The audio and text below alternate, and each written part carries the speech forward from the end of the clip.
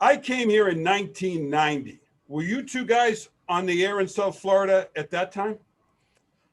I was. I started in '89 in West Palm Beach. Jax? I was a senior at Princeton High School in Cincinnati, Ohio. But he was on the air there. He was doing the high school. I was on the air. You're right. Princeton. So we met you soon after. I am curious, since we've each arrived in South Florida, what do you think the aggregate weight gain is for the three of us? Jack, you start out with this. I'll start out. Go to my younger company. This is terrible because I arrived right after Bowling Green State University in '94. So I was probably about 235.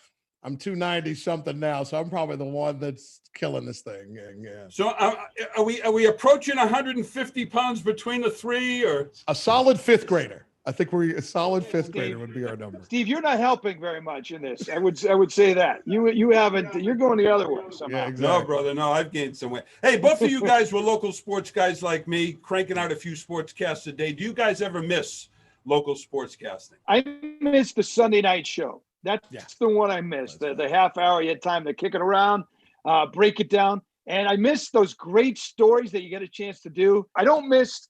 Hey, weather's gone long tonight. You're down 1:30.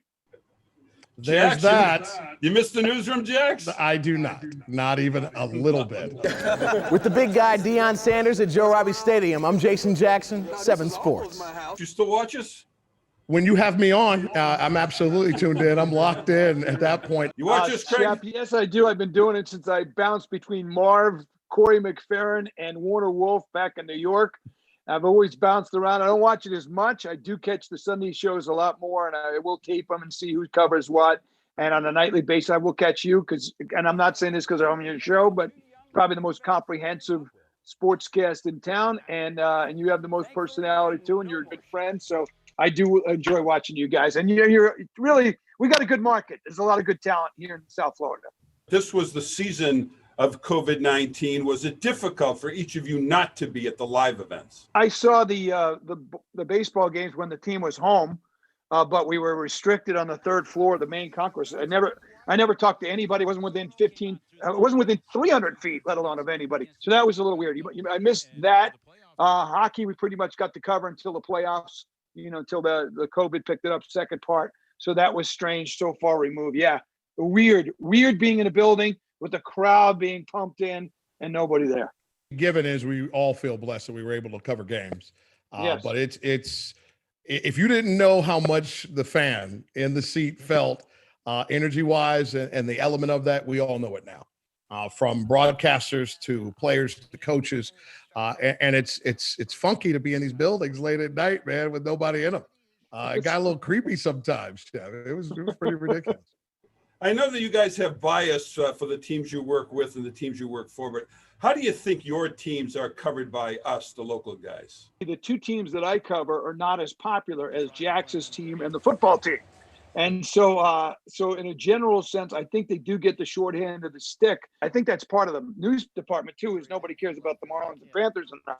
They don't get enough coverage. So I think but some of it is understandable.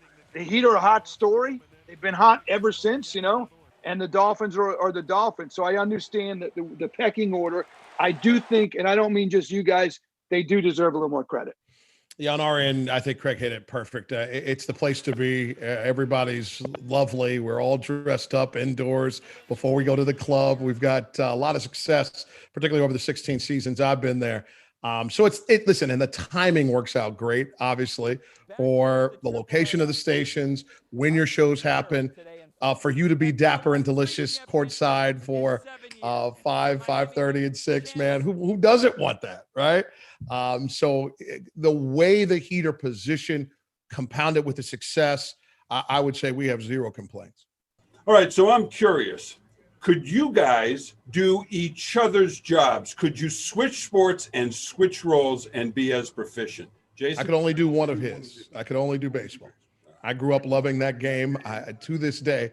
And let's make things clear. I love this job. I don't need to go anywhere. But boy, do I love baseball, man. I could talk about baseball all day, anytime, anywhere. Did you do basketball, Craig? I filled in for Will Manzo a few times. Let me tell you a quick story this year. there was 2 assignments. I had one early in the year, and then nobody ever mentioned the second one in February. This was thrown out in October. I said, I don't know if I can make it. Long story short, I'm going to take a nap, and I look on my phone, and I see Will Manzo saying, hey, not doing the show tonight, but good thing Craig Minervini is filling in. I call my, wait a minute. I'm assuming no one else could do this? Yes.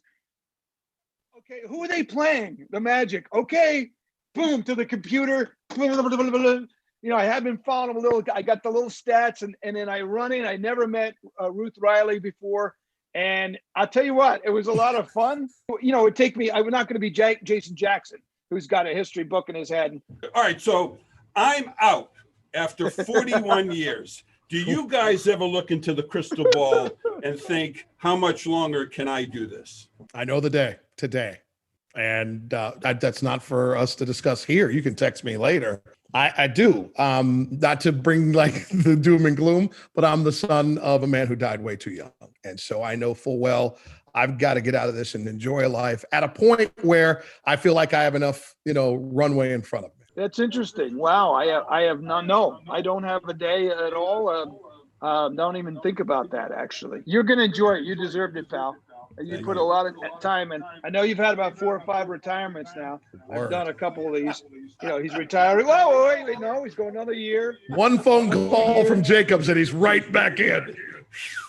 I do know this, that I'm going to watch you two guys a lot more because I'm going to have a lot more damn time to do it. These are 2 of the very best in the country, across the fruited plains. 2 of the very best who do what they do. And above all that, they are my friends, and I'm proud of that. Thank you guys for doing this.